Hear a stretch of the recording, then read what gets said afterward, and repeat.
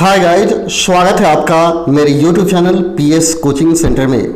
Guys, आज के video हम लोग 4 लाजवाब एडवांस इंग्लिश स्ट्रक्चर पढ़ेंगे। ये सारे स्ट्रक्चर अक्सर अंग्रेजी बोलने तथा लिखने में प्रयोग किए जाते हैं तथा मैंने इन सारे स्ट्रक्चर को गाना के माध्यम से समझाने का प्रयास किया है।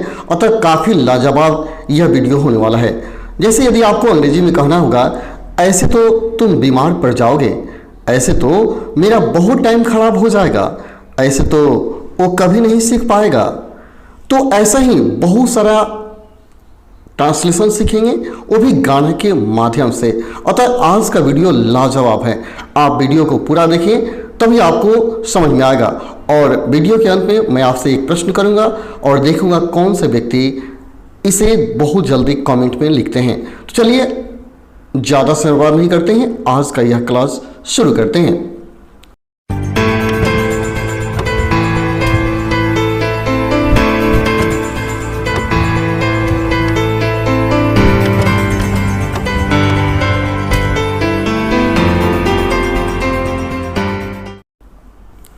सबसे पहला स्ट्रक्चर वर्ड है दिस वे।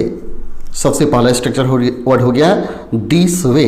अक्सर दिस वे का प्रयोग हम लोग बोलने में भी करते हैं और दिस वे का प्रयोग हम लोग लिखने में भी करते हैं तथा इसका प्रयोग बहुत सारे गानों में किया जाता है। This way.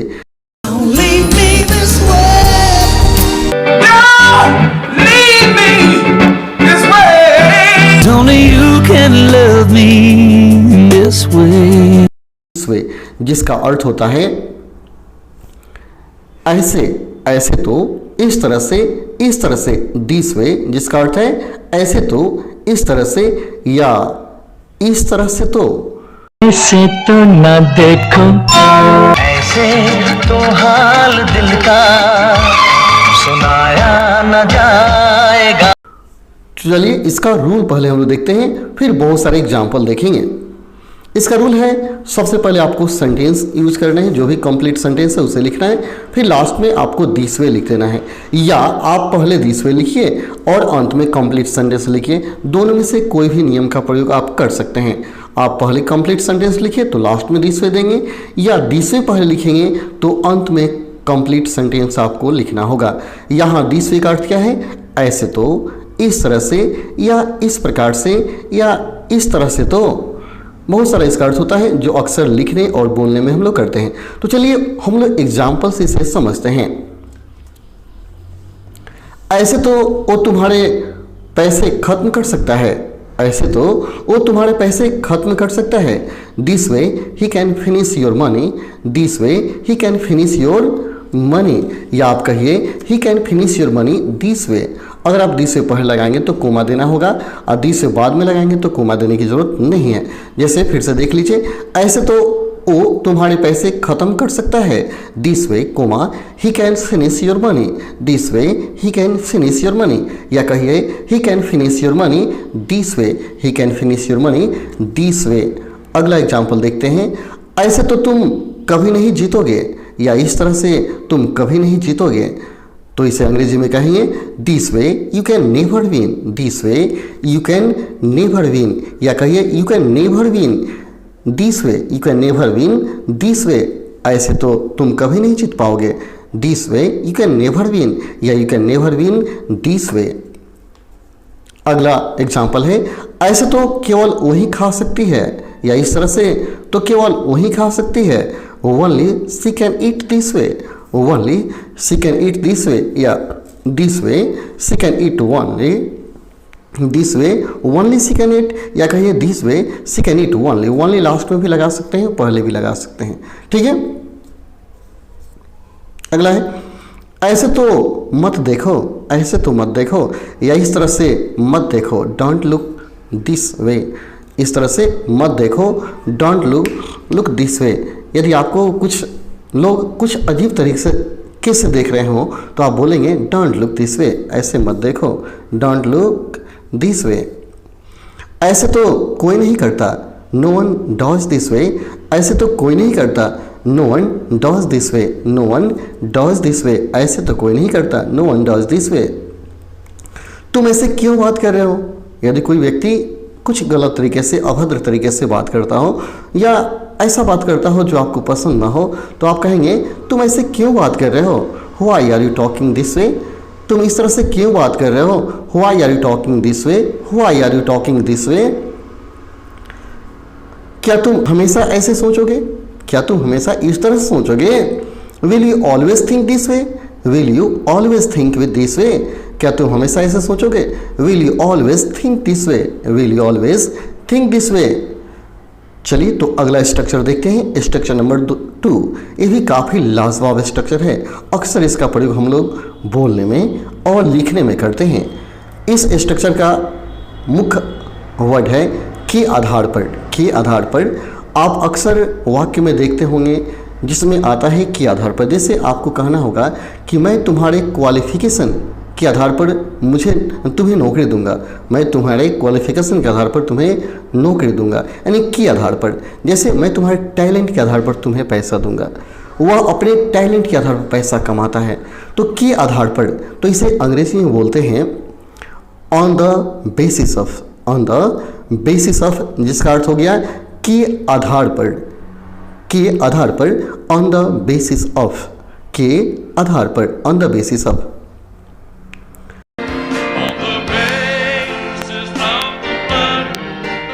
If the law differentiates on the basis of sex, चलिए इसका स्ट्रक्चर हम लोग देख लेते हैं। ऑन द बेसिस के आधार पर हो गया, इसका स्ट्रक्चर होगा सेंटेंस। आप सबसे पहले सेंटेंस यूज करेंगे, इसके बाद ऑन द बेसिस ऑफ, और लास्ट में नाउन या वर्ब प्लस आईएनजी। वर्ब में आईएनजी जोड़ते हैं तो अक्सर वो नाउन बन जाता है, ठीक है। आपको क्या करना है, सबसे पहले सेंटेंस, फिर on the basis of, last में नाउन या V4 लगाएंगे, या आप दूसरा स्ट्रक्चर प्रयोग करेंगे। सबसे पहले ऑन द बेसिस ऑफ लिखिए, इसके बाद नाउन या V4, और लास्ट में सेंटेंस यूज कीजिए, लास्ट में सेंटेंस यूज कर सकते हैं, ठीक है। यानी आप सेंटेंस पहले लिखें या सेंटेंस बाद में लिखें, ठीक है। तरीका सेम है, तरीका सेम है। जैसे एग्जाम्पल समझते हैं हम लोग, तुम्हारे काम के आधार पर मैं तुम्हें पैसा दूंगा, तुम्हारे काम के आधार पर मैं तुम्हें पैसा दूंगा। I will give you money on the basis of your work, I will give you money on the basis of your work, या कहिए on the basis of your work, comma लगाएंगे, I will give you money on the basis of your work, I will give you money on the basis of your work, I will give you money. इसके आधार पर मैं कह सकता हूँ कि ये बहुत आसान है। On the basis of this I can say that this is very easy, on the basis of this I can say that this is very easy, on the basis of this I can say that it is very easy, it is very easy. इसके आधार पर मैं कह सकता हूँ कि ये बहुत आसान है। सबूतों के आधार पर उसे गिरफ्तार किया गया, ही was arrested on the basis of evidence, he was arrested on the basis of evidence. सबूतों के आधार पर उसे गिरफ्तार किया गया। आप कहेंगे on the basis of evidence, he was arrested on the basis of evidence, he was arrested, या he was arrested on the basis of evidence. Next है, आपको आपकी क्वालिफिकेशन के आधार पर सेलेक्ट किया जाएगा, आपको आपकी क्वालिफिकेशन के आधार पर सेलेक्ट किया जाएगा। You will be selected on the basis of your qualification. You will be selected on the basis of your qualification. Next है स्ट्रक्चर नंबर 3। ये भी काफ़ी लाजवाब स्ट्रक्चर है, पढ़कर दिल खुश हो जाएगा। इस स्ट्रक्चर का स्ट्रक्चर वर्ड है in a way, in a वे। अक्सर इसका प्रयोग आप गाना में देखते होंगे, इन अ वे।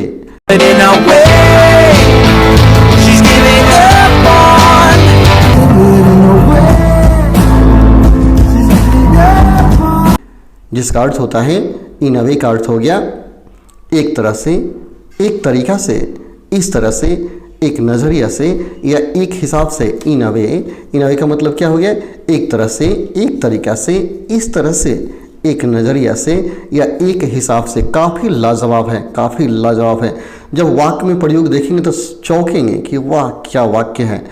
चलिए इसका पहले हम लोग स्ट्रक्चर देखते हैं, फिर बाद में एग्जाम्पल देखेंगे। जैसे इन अ वे, लास्ट में कंप्लीट सेंटेंस या कंप्लीट सेंटेंस, और you have to use at last in a way. आप इन अ वे लास्ट में यूज कीजिए या इन अ वे पहले यूज कीजिए। इसका अर्थ क्या हो गया, एक नज़रिया से, इस तरह से, एक तरह से। इन अ वे का अर्थ है, ठीक है। चलिए एग्जाम्पल से इसको समझ लेते हैं। एक तरह से तुम मेरे भाई हो या इस तरह से तुम मेरे भाई हो, in a way you are my brother. एक तरह से तुम मेरे भाई हो, in a way you are my brother. Guys last में मैं आपसे एक प्रश्न करूंगा और देखूंगा कि कौन व्यक्ति पहले कमेंट में लिखते हैं। एक तरह से तुम मेरे भाई हो, in a way you are my brother, in a way you are my brother. एक तरह से वो सच बता रहा था, in a way he was telling truth, in a way he was telling truth. एक तरह से वो सच बता रहा था, in a way he was telling truth, in a way he was telling truth. Next है, एक तरह से तुम दोनों ही विनर्स हो, यहाँ दोनों है। एक तरह से तुम दोनों ही विनर्स हो, in a way you both are winners, in a way you both are winners. एक तरह से तुम दोनों ही विनर्स हो, in a way you both are winners. Next है, एक तरह से तुम मेरी जिंदगी हो, एक तरह से तुम मेरी जिंदगी हो, in a way you are my life, in a way you are my life. एक तरह से तुम मेरी जिंदगी हो, in a way you are my life. एक तरह से तुम मेरी जिंदगी हो। नेक्स्ट है, एक तरह से ये सच है, in a way it's true, it's true यानी इट इज़ ट्रू है, in a way it's true. एक तरह से ये सच है, in a way it's true. एक तरह से ये सच है, in a way it's true. Next है, एक तरह से ये हमारी सबसे बड़ी गलतियों में से एक है, एक तरह से ये हमारी सबसे बड़ी गलतियों में से एक है, in a way it is one of our biggest mistakes, it is in a way it is one of our biggest mistakes, in a way it is one of our biggest mistakes. एक तरह से हमारी सबसे बड़ी गलतियों में से एक है, in a way it is one of our biggest mistakes.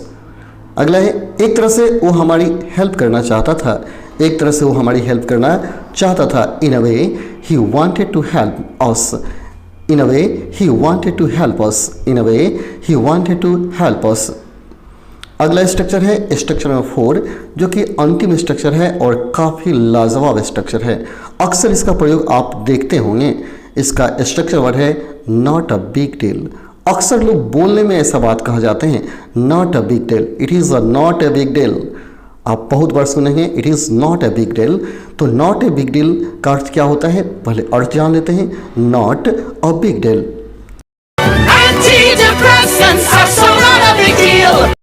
इसका अर्थ हो गया कोई बड़ी बात नहीं, नॉट अ बिग डील, कोई बड़ी बात नहीं। बहुत लोग इसको नॉट ए हटा करके नो बिग डील बोलते हैं, नो बिग डील। तो आप नॉट के स्थान पर नो लगा सकते हैं, कोई दिक्कत नहीं। कोई बड़ी बात नहीं, नो बिग डील या not a big deal, no big deal या नॉट अ बिग डील। इसका स्ट्रक्चर हो गया, सबसे पहले आपको सब्जेक्ट लगाना है, फिर हेल्पिंग वर्ब, इसका बाद नॉट अ बिग डील या नो बिग डील लगाइए, नॉट अ बिग डील या नो बिग डील लगा देंगे, ठीक है। और लास्ट में अदर वर्ड यूज़ करेंगे, ठीक है। क्या हो गया, सबसे पहले सब्जेक्ट, फिर helping verb, not a big deal, फिर last you have to use other word. चलिए एग्जांपल समझते हैं इसको। ये कोई बड़ी बात नहीं है, it's not a big deal. ये कोई बड़ी बात नहीं है, नॉट ए बिग डील। ये कोई बड़ी बात नहीं है, not a big deal. English बोलना उसके लिए कोई बड़ी बात नहीं है, speaking English is not a big deal for her. इस इंग्लिश बोलना उसके लिए बड़ी बात नहीं है, speaking English is not a big deal for her. या कह सकते हैं it's not a big deal for her to speak English, it's not a big deal for her to speak English.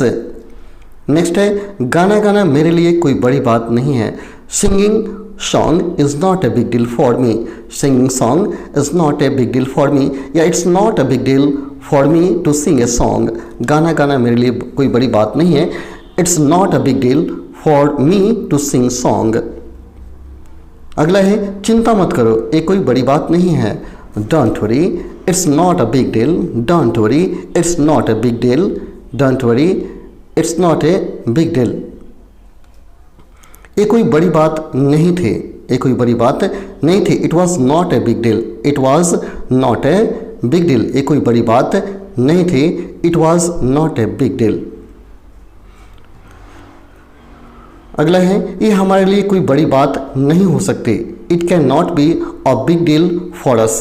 ये हमारे लिए कोई बड़ी बात नहीं हो सकती, it can not a big deal for us. ये हमारे लिए कोई बड़ी बात नहीं हो सकती, it can not be a big deal for us. तो गाइज आज के लिए आपके लिए एक छोटा सा प्रश्न है जिसे आप कमेंट में ज़रूर लिखेंगे और ज़रूर बताएंगे कि आप कितना अच्छा से पढ़े हैं, आज के वीडियो को कितना अच्छा से आप समझे हैं। इस क्वेश्चन के आधार पर आपकी परीक्षा हो जाएगी। तो आपके लिए क्वेश्चन है कि उसके सुंदरता के आधार पर उसकी शादी फिक्स की गई है। उसके सुंदरता के आधार पर उसकी शादी फिक्स की गई है। तो देखते हैं कौन से व्यक्ति जल्दी से जल्दी कमेंट करते हैं। तो चलिए आज के लिए इतना ही, फिर मिलते हैं अगले वीडियो में। तब तक के लिए धन्यवाद। जय हिंद, जय भारत।